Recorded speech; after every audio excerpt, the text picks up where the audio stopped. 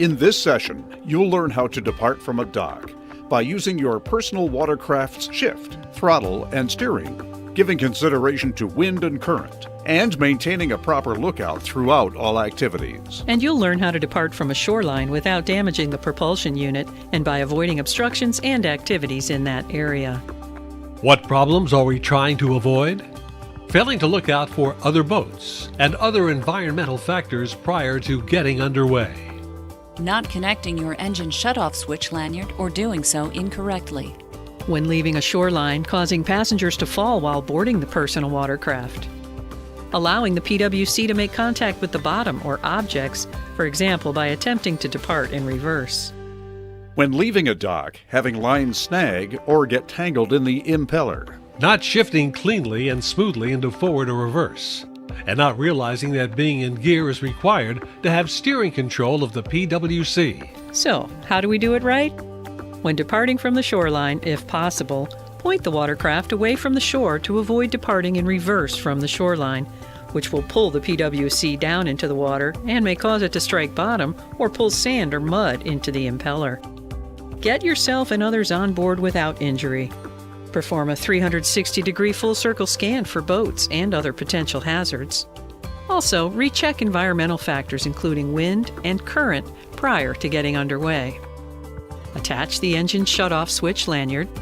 Before starting the engine, ensure that your PWC is clear of objects in the water.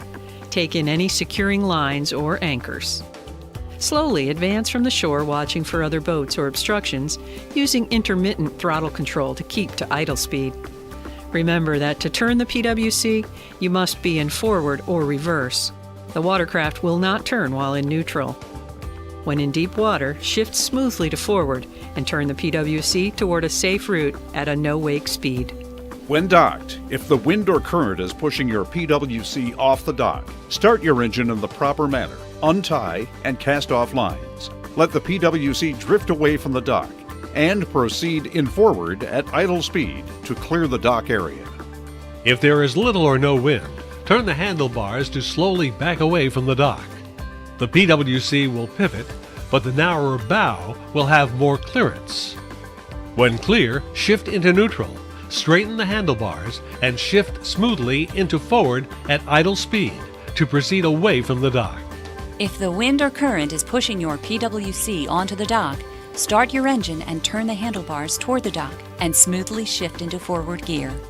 When the stern has moved sufficiently away from the dock, straighten the handlebars and back away from the dock. When clear, smoothly shift into forward and proceed at idle speed. If your PWC does not have reverse or only operates in forward, turn your handlebars toward the dock. Start your engine and use forward thrust to push your stern away from the dock.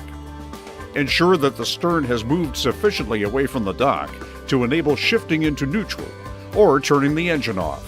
Straighten the handlebars and proceed ahead in forward to clear the dock.